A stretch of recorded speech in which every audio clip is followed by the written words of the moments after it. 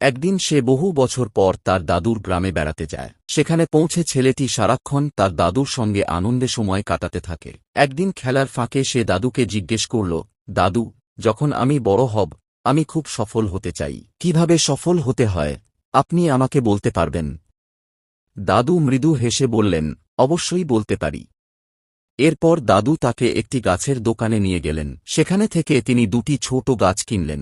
বাড়ি ফিরে একটি গাছ বড় একটি টবে লাগিয়ে ঘরের ভিতরে রেখে দিলেন, আর অন্য গাছটি বাইরে মাটিতে লাগালেন। এরপর দাদু ছেলেটিকে জিজ্ঞেস করলেন, তোমার কি মনে হয় ভবিষ্যতে কোন গাছটি বেশি বড় হবে? ছেলেটি একটু ভেবে বলল, যে গাছটি ঘরের ভিতরে রয়েছে সেটি বড় হবে, কারণ সেটি সব ঝড়বৃষ্টি, রোদ আর বিপদ থেকে রক্ষা পাবে। আর যে গাছটি বাইরে লাগানো হয়েছে সেটি ঝুঁকিতে থাকবে, ঝড়, বৃষ্টি, রোদ আর পশুদের আক্রমণে ক্ষতিগ্রস্ত হতে পারে। দাদু মুচকি হেসে বললেন, ঠিক আছে, ভবিষ্যতে দেখা যাবে। 4 বছর পর ছেলেটি আবার তার দাদুর গ্রামে এলো। আগের কথার কথা মনে করিয়ে দিয়ে সে দাদুকে বলল, দাদু, আপনি বলেছিলেন সফলতার কথা আমাকে বুঝিয়ে বলবেন, এবার আমাকে বলুন। দাদু হাসতে হাসতে বললেন, চল আগে সেই গাছ দুটো দেখে আসি। প্রথমে তারা ঘরের ভিতরে রাখা গাছটির কাছে গেল। সেটি একটি বড় গাছ হয়েছে, তবে তার ডালপালা খুব একটা ছড়ায়নি। এরপর তারা বাইরে থাকা গাছটির কাছে গেল।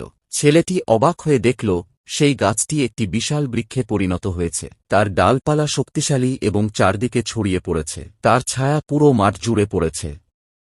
দাদু ছেলেটির দিকে তাকিয়ে বললেন, বল তো, কোন গাছটি বেশি বড় আর শক্তিশালী হয়েছে? ছেলেটি বলল, বাইরের গাছটি। কিন্তু দাদু, এটা কিভাবে সম্ভব? ওই গাছ তো অনেক ঝড়বৃষ্টির সম্মুখীন হয়েছে, তবু কিভাবে এত বড় হল?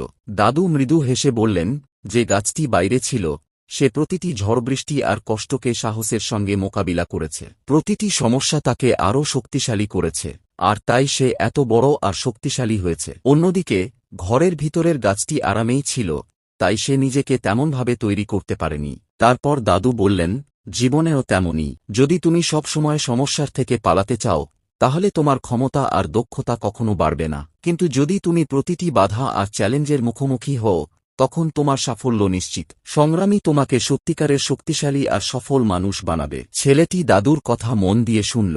বিশাল গাছটির দিকে তাকিয়ে সে বুঝতে পারল, সফল হতে গেলে কষ্ট আর সংগ্রামকে ভয় না পেয়ে এগিয়ে যেতে হবে।